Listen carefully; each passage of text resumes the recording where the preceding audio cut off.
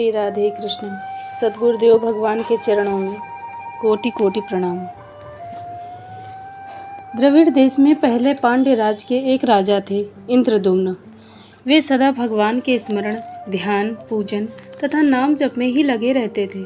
एक बार वे कुलाचल पर्वत पर मौन होकर वानप्रस्थाश्रम स्वीकार करके श्रीहरि की अर्चा करते थे।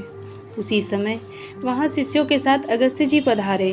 राजा उस समय भगवान के पूजन में लगे थे, अतः न तो कुछ बोले और न उन्होंने उठकर मुनि का सत्कार ही किया। अगस्त्य जी को इसे क्रोध आ गया। उन्होंने शाप देते हुए कहा, ये मूर्ख मतवाले हाथी की भांति बन गया है।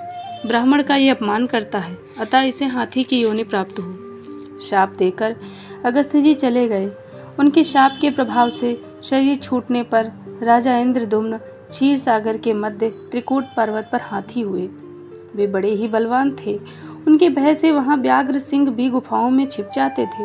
एक बार वे गजराज अपने यूथ की हथिनियों और कलभों हाथी के बच्चों के साथ वन में घूम रहे थे। धूप लगने पर जब प्यास लगी तब कमल की गंध सूंघते हुए वह यूथ वहां के सरोवर में पहुंचा। वह सरोवर बहुत ही विशाल था। उसमें स्वच्छ जल भरा था।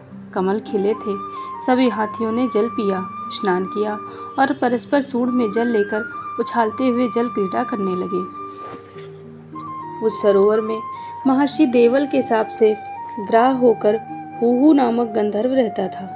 वो ग्राह जल क्रीड़ा करते हुए गजराज के पास चुपके से आया और पैर पकड़कर उन्हें जल में खींचने लगा।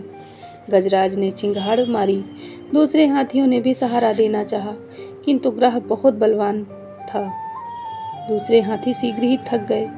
कभी ग्राह जल की ओर खींच ले जाता और कभी गजराज उसे किनारे के पास खींच लाते। इस प्रकार बराबर दोनों एक दूसरे को खींचते रहे। गजराज में हजारों हाथियों के समान बल था, पर वह घटता जाता। वे थकते जाते। ग्राह तो जल का प्राणी है, वह इनसे जल में बलवान पड़ने लगा।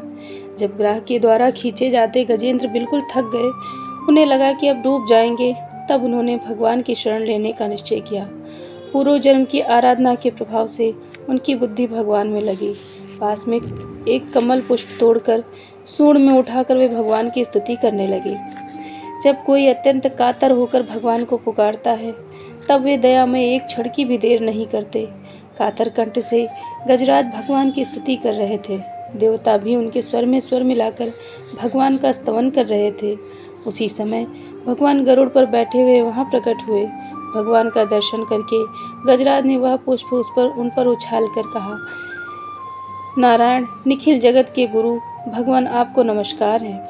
आते ही भगवान ने एक हाथ से गजराज को ग्राह के सहित जल में से निकालकर पृथ्वी पर रख दिया।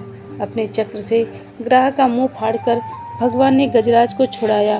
भगवान के चक्र से मरकर ग्राह ऋषि के शाप से छूटकर फिर गंधर्व हो गया। उसने भगवान की स्तुति की और उनकी आज्ञा लेकर अपने लोक को चला गया। गजराज को भगवान का स्पर्श मिला था। उनके अज्ञान का बंधन तत्काल नष्ट हो गया। उनका हाथी का शरीर सुंदर दिव्य चतुर्भुज रूप में परिणत हो गया। भगवत पार्षदों का रूप पाकर वे भगवान के साथ उनके नित्य धाम पहुँच गए। बोलो राधे राधे। जय श्री कृष्ण।